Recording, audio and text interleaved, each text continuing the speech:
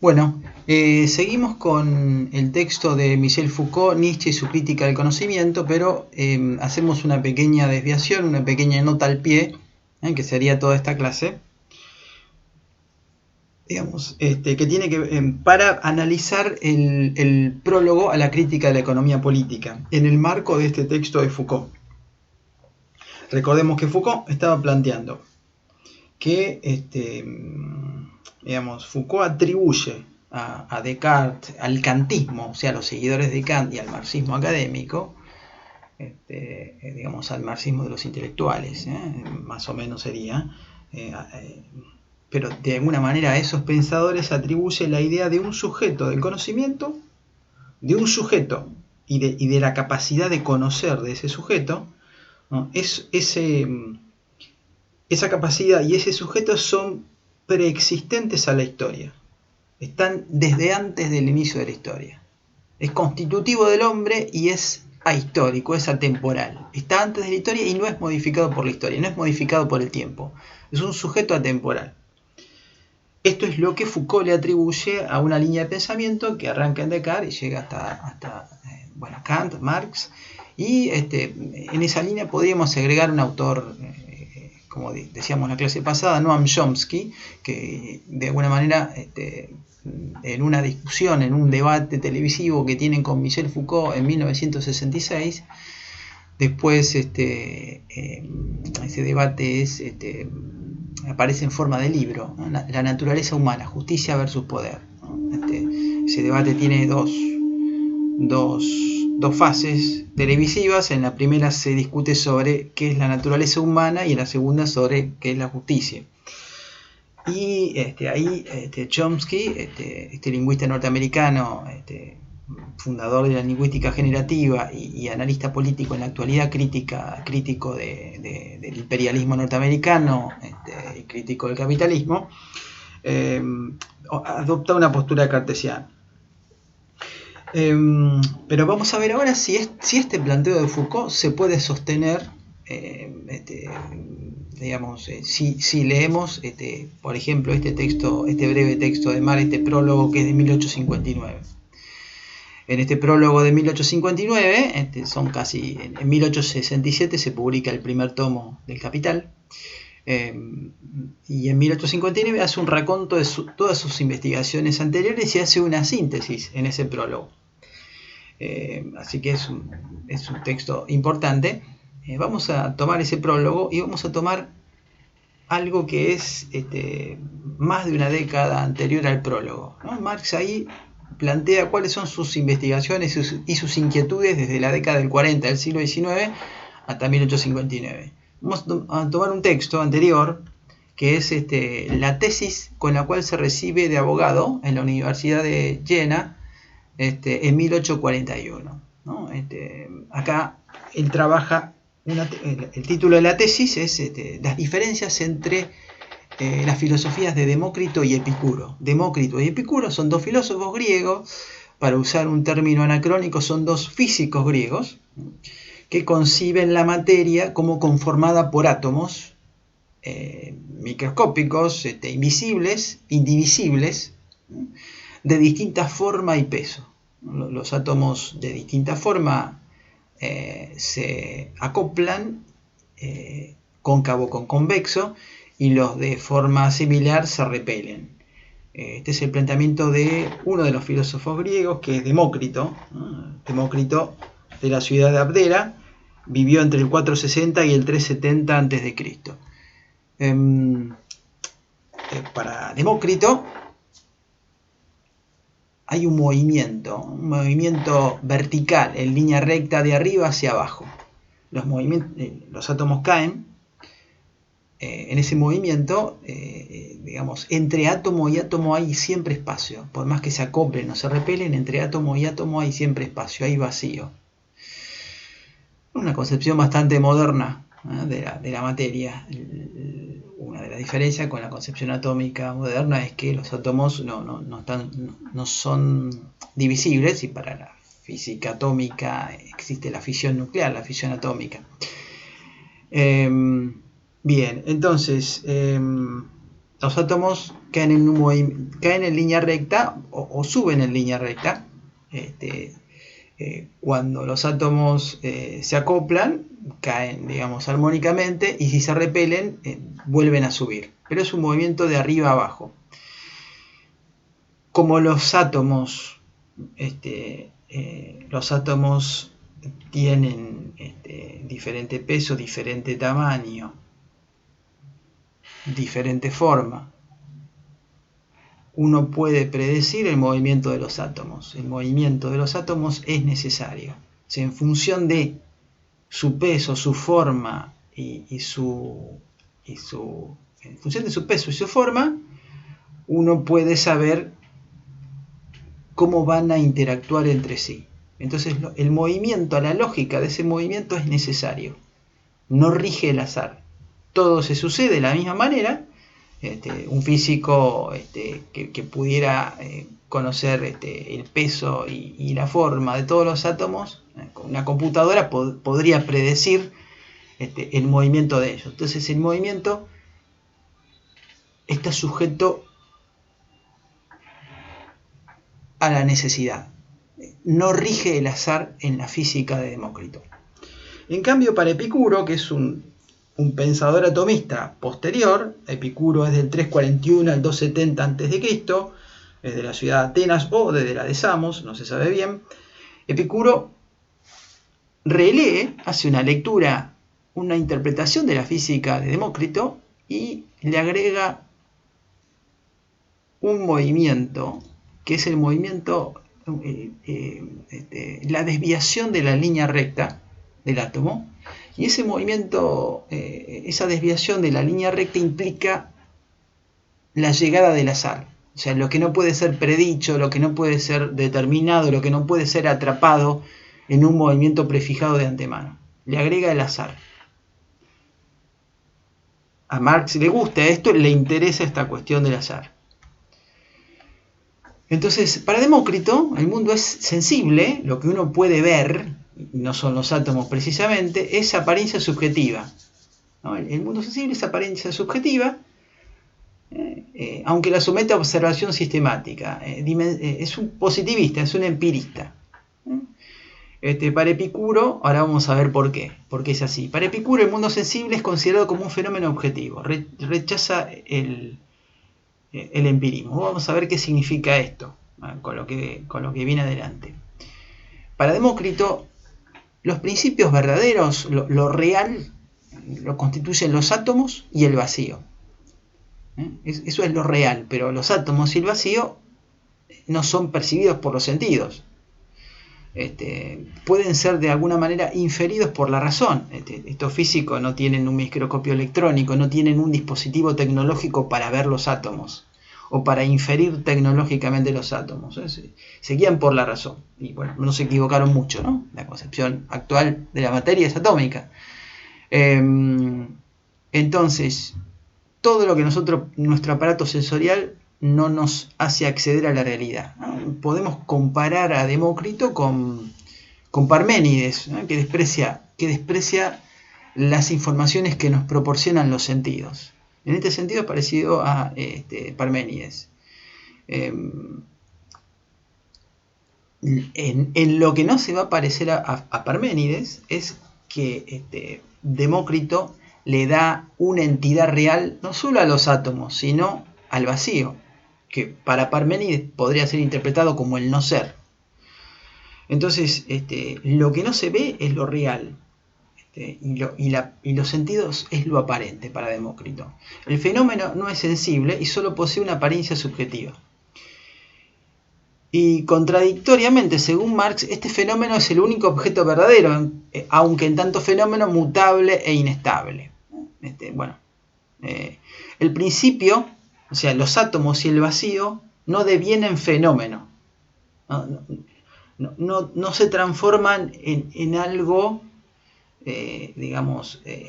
real en otro sentido, sino que permanecen en esa realidad a la que no se puede acceder por los sentidos. Lo que aparece como mundo real y concreto es el mundo de la percepción sensible, pero ese mundo de la percepción sensible está divorciado de los principios del átomo y el vacío.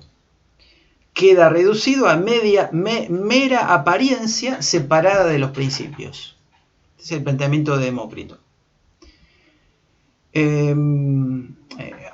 Un autor posterior interpreta a Demócrito y plantea que este autor Teofrasto, del 371 al 287 a.C., va a plantear en una serie de textos recopilados por un filósofo italiano que se radicó en la Argentina siglo XX, en la primera mitad del siglo XX, Rodolfo Mondolfo, en un libro que se llama El Pensamiento Antiguo, tomo 1.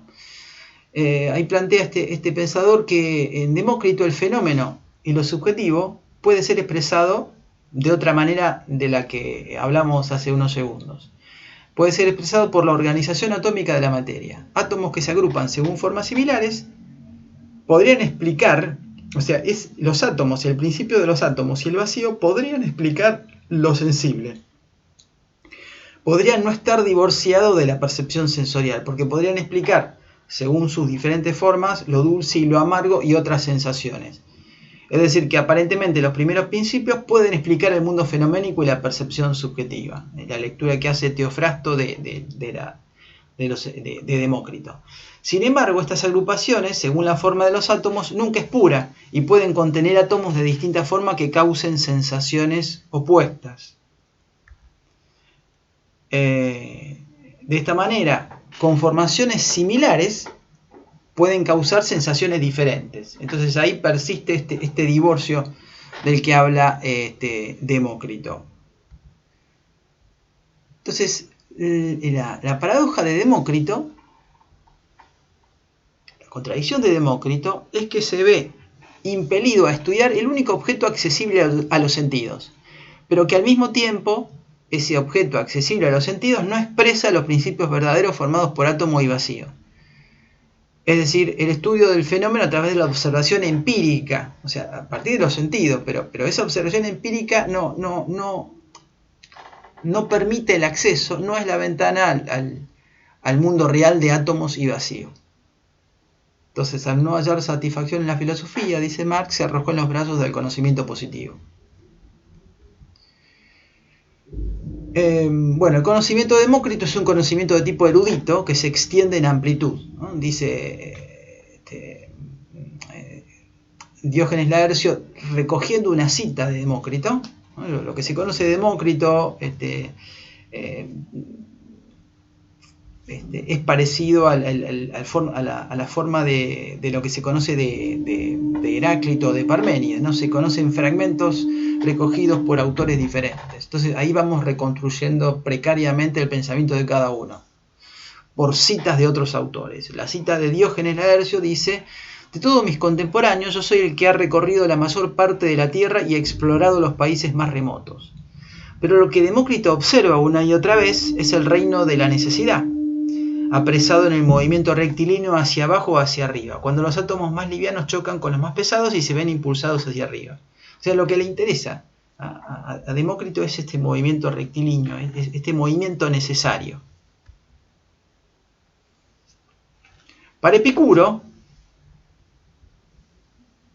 como para Demócrito el verdadero principio no adviene, o sea, los átomos y vacíos no se expresan en ese mundo sensorial, se crean necesariamente mundos idénticos entre sí por ser siempre el mismo movimiento necesario. Bueno, pero esto dejémoslo. Ahora lo importante sería esto. Epicuro acá introduce el concepto de clinamen, que implica azar. O sea, Epicuro le agrega un movimiento. Si para Demócrito el movimiento rectilíneo, el movimiento de los átomos es rectilíneo hacia arriba o hacia abajo, ¿no? Un movimiento rectilíneo vertical hacia arriba o hacia abajo. Los átomos caen o chocan y van hacia arriba, y entre ellos hay vacío. Es el movimiento de la necesidad, de lo que no causa sorpresas, de lo que puede ser predicho. Si uno supiera la cantidad de todos los átomos, el peso y la forma. Acá Epicuro va a introducir un movimiento nuevo, que es la desviación de la línea recta, que es la desviación de la línea recta hacia arriba o hacia abajo. Es lo que introduce el Kilinamen, ¿no? Ese movimiento desviado del átomo. Ese movimiento desviado de la caída en línea recta o de la subida en línea recta es un movimiento no causado. No, el átomo se mueve hacia arriba y hacia abajo por un movimiento necesario. Cuando choca con otro, sube, y si se acopla con otro, sigue bajando. O sea, hay causas necesarias de ese movimiento. La desviación no es explicada causalmente. La desviación es producto del azar. Para Epicuro, el origen del mundo se debe a un desvío azaroso de los átomos con respecto al curso determinista de la línea recta. O sea, digamos, para Epicuro hay el origen del mundo. El mundo se conforma por esta desviación en línea recta. De alguna manera es la propia teoría del Big Bang de Epicuro, ¿no? Hay un surgimiento del mundo a partir de esa desviación del átomo. Según Marx, analizando lo que plantea un autor romano que se llama Lucrecio, Lucrecio dice con razón que si los átomos no se desviaran, no habría rechazo ni mezcla entre ellos, y el mundo jamás se hubiera formado, pues los átomos son el único objeto para sí mismos, solo pueden relacionarse entre ellos, y también expresado espacialmente, mezclarse, mientras que toda existencia relativa en la que ellos se vincularon con otra cosa es negada. Y esta existencia relativa es, según hemos visto, su movimiento original, la caída en línea recta. Así pues, los átomos solo se mezclan al desviarse de esta línea. Sí, lo que va a plantear Lucrecio es que el choque de átomos solo puede darse si se desvían de la línea recta. O sea, el verdadero choque de átomos que generaría el mundo, en una especie de Big Bang, agregamos nosotros, solo se daría con esa desviación de la línea recta. El choque de átomos, si no, se daría verdaderamente con esa desviación.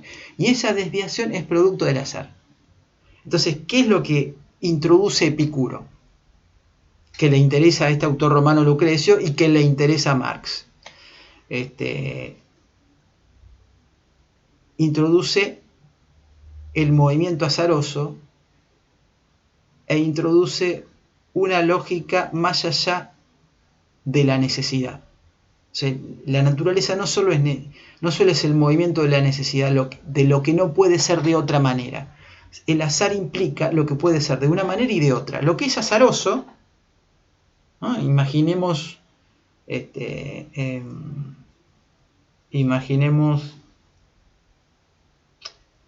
una persona, un sujeto, que está en un punto de bifurcación de caminos, donde hay 3 caminos diferentes. El sujeto puede elegir entre esos 3 o 4 caminos. Y la decisión entre uno y otro camino es arbitraria, es azarosa. O sea, podría decidirse por uno, por otro, por otro. Tiene la capacidad de ir por cualquiera de esos caminos. Digamos que el sujeto, para decidir por cuál camino va, tira un dado. O tira una moneda, según elija cara o cruz, y repitiendo ese movimiento va a elegir en alguno de los caminos. O sea, es producto del azar. La naturaleza entonces está asignada también por el azar, no solo por un movimiento necesario, sino por lo que no puede ser predicho. O sea, en el movimiento de la naturaleza hay cosas que no pueden ser predichas, que no pueden ser controladas, que son producto del azar. Y esto es lo que le interesa a Marx. Porque para Marx la historia, en tanto vivan los hombres, en tanto existan los hombres, la historia abarca la historia social y a la historia natural. A Marx le interesan varios descubrimientos de esa época. Le interesa el descubrimiento de la célula, que se da en la década del 30, 1836, 2 autores alemanes, si mal no recuerdo, descubren la célula. La célula como unidad básica del organismo y la célula como replicación celular y diferenciada de los organismos, tanto vegetales como animales. Entonces,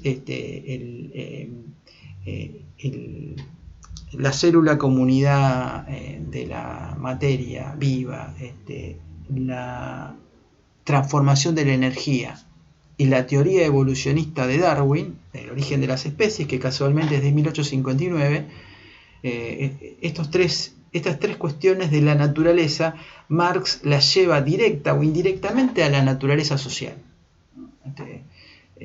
Marx le va a decir a Engels: este inglés, por Darwin, va a hacer en la naturaleza lo que nosotros estamos haciendo en la sociedad. De forma tosca, como un inglés, pero dice Marx, pero lo está haciendo. Marx le regala a Darwin un tomo de Capital, y Darwin no le presta mucha atención, ¿no? No se sabe si alguna vez lo leyó. Pero el punto es que para Marx la lógica de la naturaleza y la lógica de la sociedad están relacionadas, forman una misma lógica. En este sentido es parecido a Aristóteles, ¿no? Pero la concepción de azar de Marx es muy diferente a la de Aristóteles. Entonces acá, esta tesis de Marx, digamos, si tomamos en cuenta el azar, ¿no? Si le creemos a Marx y le creemos que el azar no forma parte solo de la naturaleza natural, sino de la naturaleza social, bueno, en 1841 Marx no sabía lo que después iba a escribir el Capital. Entonces, no hay una línea de predicción, no hay un movimiento necesario entre la tesis de Marx de 1841, un joven abogado, y el Capital, que va a empezar a escribir en 1867 y se va a seguir publicando después de su muerte. Los borradores del Capital lo va a publicar Engels. Marx no puede saber el desarrollo de esto. O sea, no hay un movimiento necesario desde su tesis al Capital. Pero sí hay una temática común, ¿no? Digamos, que tiene que ver con la capacidad de autorrealización del ser humano. La capacidad de autorrealización del ser humano tiene que ver con el azar, ¿no? Si no hay azar, no hay tal autorrealización. Para Epicuro, el movimiento de la caída en línea recta es el movimiento, como dijimos, de la dependencia, del determinismo y la necesidad. El átomo, como cuerpo puro autónomo, o como cuerpo pensado en su autonomía absoluta, se contrapone, niega el derrotero rectilíneo de la dependencia por medio de la desviación. Es como si el átomo que se desvía azarosamente de la línea recta, es como si el átomo se rebelara. Es como si el átomo se rebelara al movimiento necesario, al movimiento que puede ser predicho. Según Lucrecio, la desviación quiebra los pactos del destino, o sea, quiebra el destino, se revela ante el destino necesario, ese átomo que se desvía, ¿no? Hay una parte de la naturaleza que se desvía y que se enfrenta al destino. O sea, no todo es destino dado de antemano. El destino tiene que ver con la propia voluntad del átomo, o para Marx, en realidad, la propia voluntad humana. Se puede decir, según Marx, del átomo, que la desviación es ese algo en su interior que puede luchar y resistir, ¿no? La desviación del átomo es algo en su interior que puede luchar y resistir. Acá Marx, en esta tesis doctoral, Marx formaba parte de los jóvenes hegelianos, ¿no? de los jóvenes hegelianos de izquierda. Entonces hay un lenguaje en la tesis, un lenguaje heredado de Hegel, ¿no? De la dialéctica hegeliana. Entonces, resaltando lo que dijimos hasta ahora, no hay causa física de la desviación, porque una causa de este tipo reintroduciría la desviación en el derrotero determinista. Es decir, si le encontramos causa a la desviación, volvemos al determinismo. Si el sujeto que está ante una bifurcación de caminos puede elegir uno u otro, y hay una indeterminación en esa elección. Este es el planteamiento. Entonces, para Marx, el origen del mundo, por una desviación atómica de la necesidad, guarda un paralelo con el origen del hombre, que en tanto tal niega las determinaciones de la necesidad. Esto es lo que le interesa a Marx. O esta es la temática en común de todos los trabajos posteriores de Marx. Aunque Marx no sabe lo que va a pasar después, y no lo sabe por su propia tesis, que indica que lo importante es el azar, que el azar cumple una función. Por lo mismo postulado de su tesis sobre Epicuro es que no puede saber lo que viene después. Pero hay una temática en común. Para Marx, entonces, el origen del mundo, por una desviación atómica de la necesidad, guarda un paralelo con el origen del hombre, que en tanto tal niega las determinaciones de la necesidad, al igual que el átomo. Dice Marx, pero para que el hombre como hombre devenga para sí mismo su único objeto real, debe haber aniquilado en él su ser relativo, la fuerza del deseo y de la simple naturaleza. El rechazo, repulsión, es la primera forma de autoconciencia. Corresponde, por tanto, a la autoconciencia que se aprende como ser inmediato y como individualidad abstracta. ¿Cuál es este principio? Traduciendo este lenguaje hegeliano, ¿qué es lo que quiere plantear Marx? Que al igual que el átomo, negándose a obedecer al destino, el hombre, en sus orígenes, pensemos en el hombre, pensemos en que Marx, tiene en mente, no ahora, esta tesis es de 1841, ¿no? Y Marx tiene en cuenta a Lucrecio, que es como una especie de Darwin de la antigüedad romana, pero la tesis de Darwin se publica recién, el libro El origen de las especies se publica en 1859. Así que esta tesis es anterior, pero ¿qué está planteando acá? Está planteando que en los orígenes del hombre, el hombre, para ser hombre, se niega a ser un animal común. Para ser hombre, se niega a obedecer la necesidad de la naturaleza. Se niega al destino. Para ser hombre, adopta la postura erecta. Para ser hombre, agarra un palo y lo transforma en herramienta, ¿no? Hay un texto de Engels inspirado en la teoría evolucionista que se llama, el texto de Engels, muy corto, muy interesante, se llama El papel del trabajo en la transformación del mono en hombre. Quiero plantear acá que el trabajo, la actividad laboral, desde que el mono agarra el antropoide agarra un palo para cazar, desde que agarra un palo y lo transforma en un instrumento, a partir de ahí empieza el trabajo. A partir de ahí empieza el trabajo cada vez más elaborado. Y ese trabajo, cada vez más elaborado, lo que hace es rodear al hombre de cultura. Transforma el medio ambiente, surge la cultura, y la cultura es la negación de la necesidad. Por medio de la cultura el hombre se diferencia de los animales y niega la necesidad. Frena el destino de la naturaleza, frena ese aspecto necesario de la naturaleza y surge como hombre. Surge como un ser que rechaza su parte natural, surge su autoconciencia y en tanto tal se transforma a partir del trabajo, ¿no? Crea la cultura. Crear la cultura forma parte de esa dimensión azarosa que niega el destino. Sigmund Freud lo va a aplicar, va a explicar esto, este pensador también alemán de fines del siglo XIX. Los primeros escritos de Freud son de fines del siglo XIX y Freud muere en 1939, muere Freud de cáncer. Entonces creo que la interpretación de los sueños de 1895, en alguno de esos textos trabaja el principio de realidad, ¿no? ¿Qué es el principio de realidad aplicado a este contexto?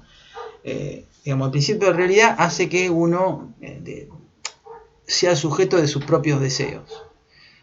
Pero para crear la cultura, el hombre primitivo lo que hizo es negarse a sus deseos, negarse a ese aspecto necesario de la naturaleza. Negarse a sus deseos es negarse al placer y reservar parte de la energía para el trabajo. Por medio del trabajo crea la cultura. Pero esa negación del principio del placer por el principio de realidad, esa negación de la propia naturaleza animal en función de la creación de la cultura, hace que se genere un malestar. Entonces Freud en la década del 30 va a tener un escrito que se llama El malestar en la cultura, ¿no? Producto de esta exigencia del hombre, pero eso es otra historia.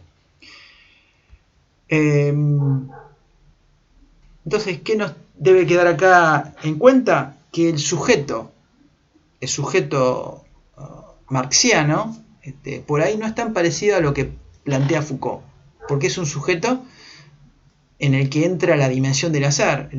Si entra la dimensión del azar, entra la dimensión de la invención. Si entra la dimensión de la invención, entonces no hay un sujeto preconstituido del todo en el origen de la historia. Si entra el azar acá, no hay un sujeto del todo preconstituido en el inicio de la historia. En el prólogo a la crítica de la economía política, este prólogo de 1859, este libro de 1859, Marx relata toda su organización conceptual y epistemológica, toda su creación metodológica y de teoría del conocimiento que realiza desde 1842, o sea, desde después de haber terminado la tesis. Entonces, ¿qué plantea acá en el prólogo? Bueno, va a plantear que en la historia humana hay un nivel de determinismo signado por el desarrollo de las fuerzas productivas. Estas se desarrollan hasta cierto punto en el que entran en contradicción con las relaciones de producción. Entonces hay una lógica, una dialéctica, fuerzas productivas, relaciones de producción. Es decir, pensemos en ese mono de Engels, ¿no? Ese mono evolucionado de Engels, que a partir de un palo lo transforma en un instrumento para cazar, después surge el fuego, construye una casa. Es decir, a partir del trabajo van creciendo las fuerzas productivas. Entonces el nivel, la tecnología, las invenciones tecnológicas y las fuerzas de producción van creciendo. Las fuerzas de producción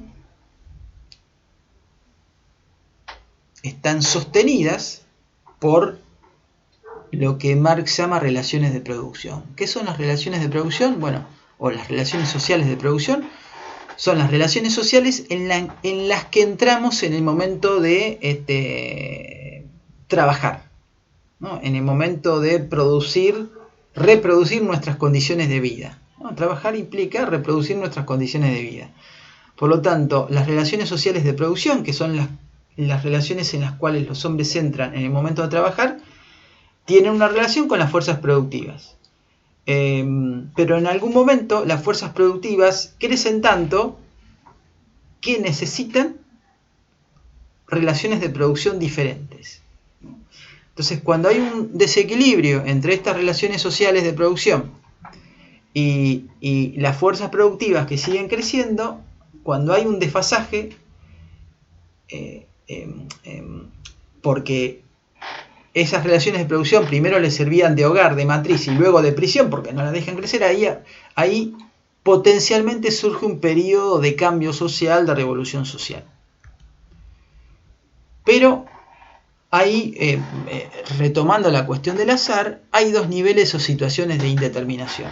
O sea, en lo anterior, ¿qué va a plantear en lo anterior? Bueno, va a plantear que en esta parte está planteando algo parecido a lo de Demócrito. O sea, las fuerzas productivas se desarrollan en un movimiento necesario, ¿no? Si la historia empezara nuevamente y se tiraron los dados nuevamente el mono agarraría un palo, lo transformaría en un instrumento de caza y a partir de ahí surgiría la tecnología y la cultura. Y entonces crecerían las fuerzas productivas. Las fuerzas productivas estarían sostenidas por las relaciones por medio de los cuales los hombres trabajan y acrecientan las fuerzas productivas. Ese es el nivel de lo necesario, ¿no? El nivel de lo en el que no entra mucho el azar. Pero el momento, hay dos situaciones de indeterminación. El momento en el que los hombres adquieren conciencia de la situación material de desarrollo social, su contradicción y perspectiva de cambio futuro. Cuando los hombres, el momento en el cual los hombres se dan cuenta del desfasaje entre las relaciones de producción y las fuerzas productivas, En el momento en que se dan cuenta de eso, ese momento de conciencia no puede ser predicho, no puede ser controlado. Es parecido al movimiento de desviación del átomo. Forma parte del azar. Si se dan cuenta o no y cuándo se dan cuenta, bueno, en algún momento se darán cuenta, pero no se sabe cuándo ni de qué manera. Eso forma parte de un nivel de indeterminación, o sea, de un nivel de azar. La acción revolucionaria que modifica las relaciones sociales de producción, digamos la Revolución Francesa, ¿no? O la Revolución de Mayo, o cualquier revolución moderna, forma parte de un elemento azaroso. Son dos niveles de indeterminación. Existe una instancia de control o determinación epistémica del proceso. Digamos, hay un punto en donde el sujeto es cartesiano. Cuando se estudian estos trastornos, cuando se estudian esos desfasajes entre fuerzas productivas y relaciones de producción, es preciso distinguir siempre entre la conmoción general que agita las condiciones económicas de la producción y que puede comprobarse con exactitud científica, es el momento de crisis económica. Eso se puede predecir como los átomos de Demócrito. Es un movimiento necesario que puede predecirse. Si puede predecirse, no hay nada azaroso. O sea, que va a llegar una crisis que va a ser de este tipo, evidentemente esa parte es más en la variante Demócrito, en la variante donde no hay azar.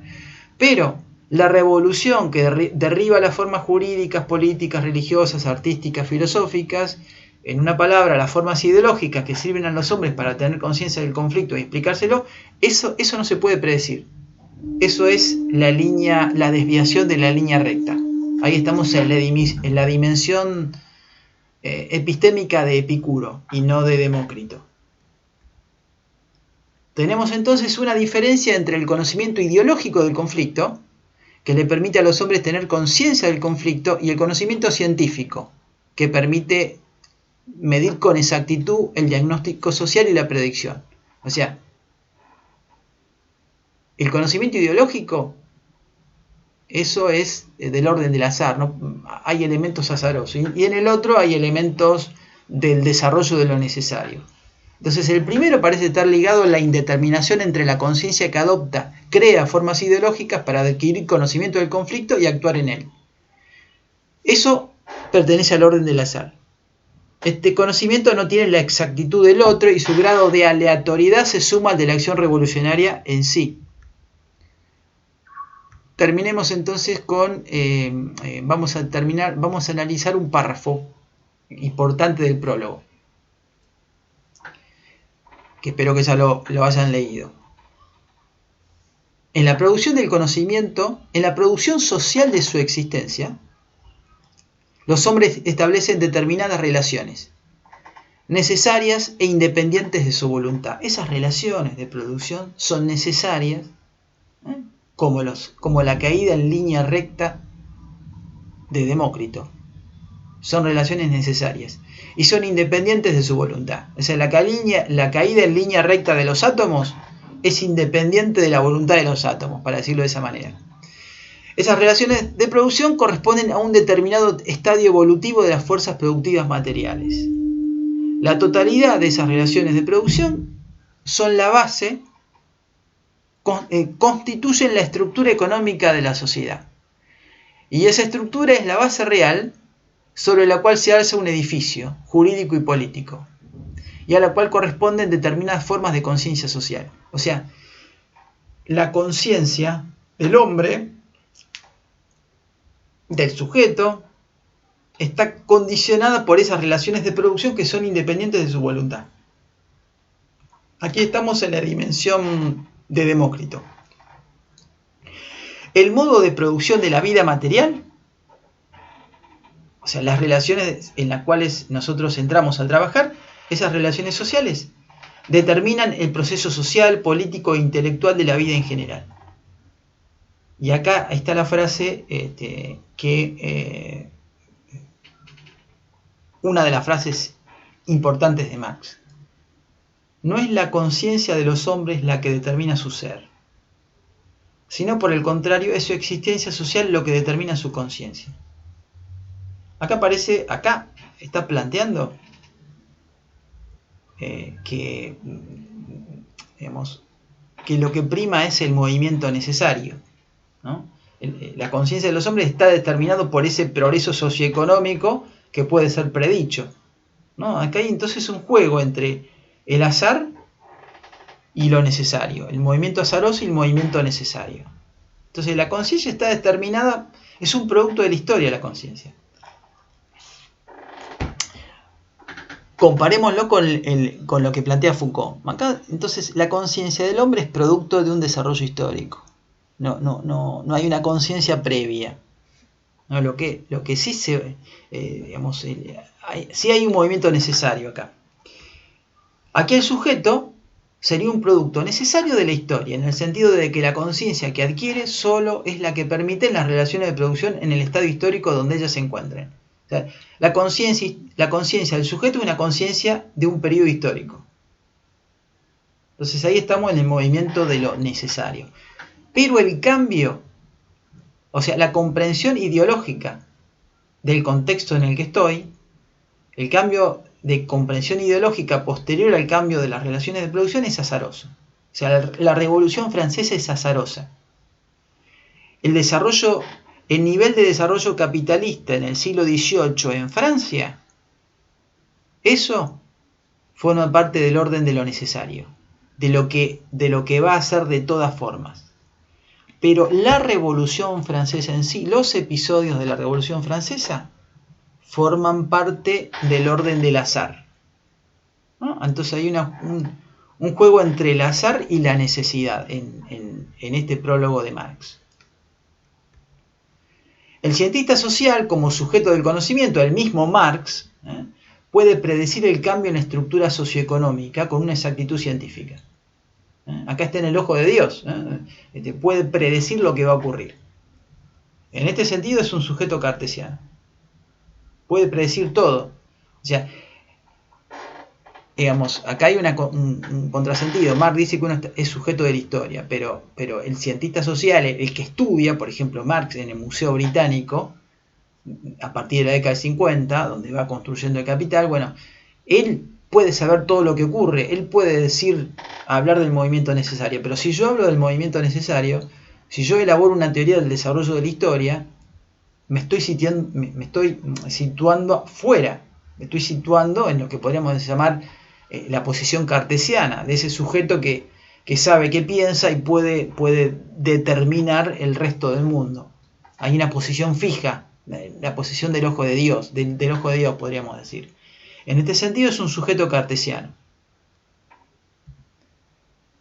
La conciencia de un nuevo contexto, o sea, las nuevas relaciones sociales de producción en general, es realizado quizá en la forma del clinamen o desviación azarosa de los átomos descrito por Epicuro. Bien, entonces lo importante acá es que si bien Marx no habla de sujeto, habla de conciencia, pero el que habla de sujeto es Foucault, o de sujeto de conocimiento es Foucault. Lo que podemos ver en el prólogo, y la producción de Marx es inmensa, hay varios tomos del Capital, varios volúmenes del Capital, así que y hay escritos anteriores del Capital, así que es muy difícil elaborar un dictamen único sobre la concepción del sujeto de Marx. Pero vemos que hay un sujeto signado por un movimiento necesario y por un movimiento azaroso. El sujeto es producto del desarrollo en algún momento de la historia. Así que esto hay que tenerlo en cuenta para no tomar lo que plantea Foucault al pie de la letra. Bueno, esto es todo por hoy.